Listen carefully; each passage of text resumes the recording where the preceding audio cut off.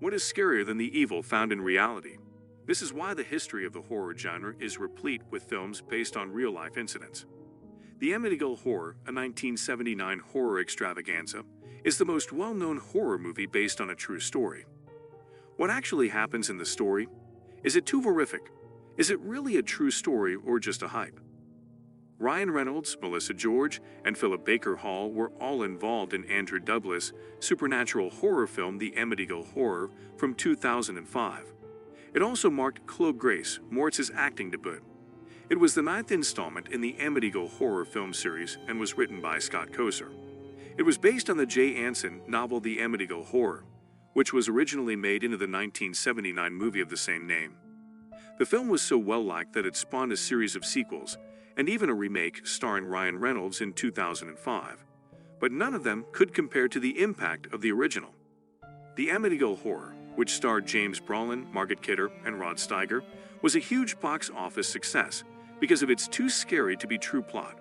It draws inspiration from Jay Anson's 1977 novel of the same name, which was both very well-liked and highly contentious due to disputes about what was real and what was made up. The incident that took place in Amityville, New York, a community on Long Island, gave rise to the movie's name. On November 13, 1974, a 23-year-old man named Ronald J. DeFeo Jr.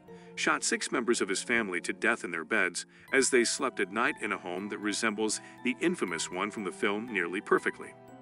Along with his little siblings Dawn, Allison, Mark, and John, his parents Ronald Sr. and Louise were also murdered. DeFeo initially claimed to have discovered their bodies after the killings and even accused a hitman for the massacre.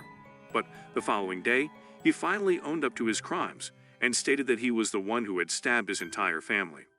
As his explanation evolved over time, the why of his crimes was never quite obvious. He first claimed to have heard voices. Later, he claimed that additional family members had assisted him. Many have attempted to solve the problem on their own. Was DeFeo after the money from his father's life insurance? Had he had a psychotic episode? Has his past drug use been a factor? Or was it a supernatural or illogical occurrence? It was a tale that stayed in people's minds. How is it possible for a guy to murder his entire family in such a manner without anyone noticing, getting out of bed, or rising to defend themselves? The movie starts when a year later, George and Kathy Lutz, who were aware of the house's gruesome past, acquired it on the cheap and moved there with Kathy's 3 young children named Billy, Michael, and Chelsea. Father Ralph Pecoraro, a priest who performed the blessing for the newlyweds, claimed to have heard a mysterious, deep voice asking him to leave the residence. He claimed that he felt a force slap him at that point, and afterwards, blisters appeared on his hands. Apart from that, one of the killed DeFeo children had the name Jody, and Chelsea claimed to have been friends with her. The couple hires a babysitter to watch the 3 children so they can go out one evening. They learn that Lisa, the babysitter, had already been hired to watch the DeFeo's children when she arrives. They learn about the killings that happened in their home from Lisa. When she enters Chelsea's room, Chelsea accuses her of being a poor babysitter and claims Jody told her as much. Lisa starts berating Jody for being the reason she was let go. Then Billy challenges Lisa to enter the closet, the same one where Jody was killed, and locks her inside. After a short while, she runs into Jody and asks to be let out. When the paramedics arrive to take her away, she collapses in shock. On the ambulance ride to the hospital, Lisa tells Kathy that she saw Jody. The typical haunted house elements started to appear once the Lutz family moved in. Doors automatically banged, beds shifted. On the carpet, ooze developed. Unusual odors arrived and disappeared. No matter what they did to heat the house, it remained bitterly cold. Every night, George claimed, he would awaken at around 3:15 a.m., the exact time the killings took place. He claimed that one night, he even awoke to discover Kathy hovering over the bed. The family moved into their new house, but after less than a month, they left everything behind. The ghostly activity continues while George behaves abusively towards Kathy and her kids. George overhears Harry barking in the boathouse one evening. He grabs the axe and, acting as though possessed, kills the household dog after mistaking it for a demonic apparition. The following day, the kids search for Harry, but George denies knowing where he is despite Billy's suspicions. In order to protect the home from any further ghostly happenings, Kathy asks the priest Father Calloway to bless it. Naturally, paranormal sleuths were drawn to the case and flocked to the residence. They included Ed and Lorraine Warren, who were well known for their roles in the films The Conjuring and Annabelle. Except for a photograph purporting to show the spirit of a young DeFeo child who was murdered, no one who visited the house ever noticed anything unusual. However, Father Calloway leaves the property when he himself experiences such things.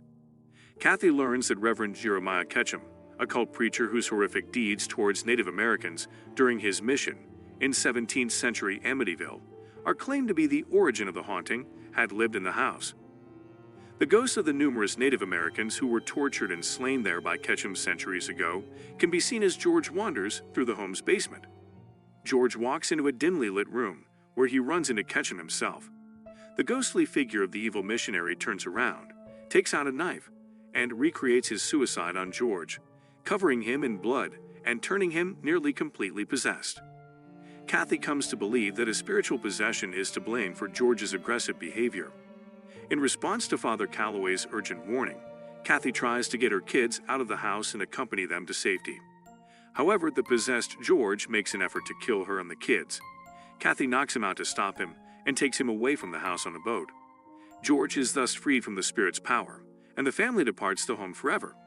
The family left within 28 days of arrival, according to a title card, and they never came back. In the now empty home, Jody is seen standing and yelling in panic as the furnishings return to the way they were before the family arrived. She is then pulled under the floor by a pair of ghostly hands.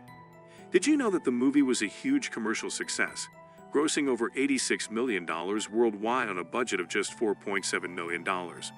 It remains one of the most profitable independent films of all time. It is accurate to say that the Lutz family only stayed there for 28 days.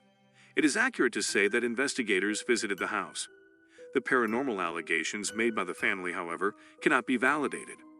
Many have determined that the Lutz cooked it all up for financial claim, as the popular book is based on interviews with the family.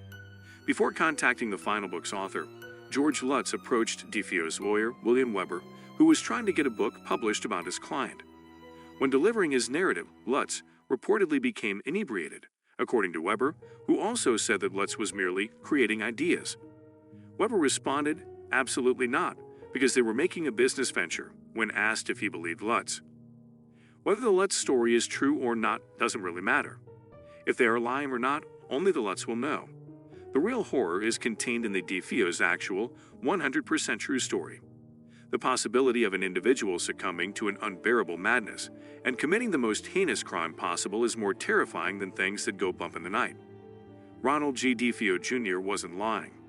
There are 6 burials in a cemetery that collectively provide evidence that this actually did occur. As every other movie, this film also received both positive and negative reviews. It was liked by many, but was also criticized by a few. According to the rating site's users, the film was a so-so remake of a so-so original. On the other hand, Ruthstein wrote, the truly shocking thing about the new version is that it's not bloody awful, in a San Francisco Chronicle. Amityville benefits from the decision to utilize few computer-generated effects, which was decided for business considerations rather than aesthetic ones. It still has the same corny aesthetic as the 1979 original. It is pure shock, unable to pass for anything else. Do you believe in paranormal activities? Do you think they are for real? Share your views with us in the comments below.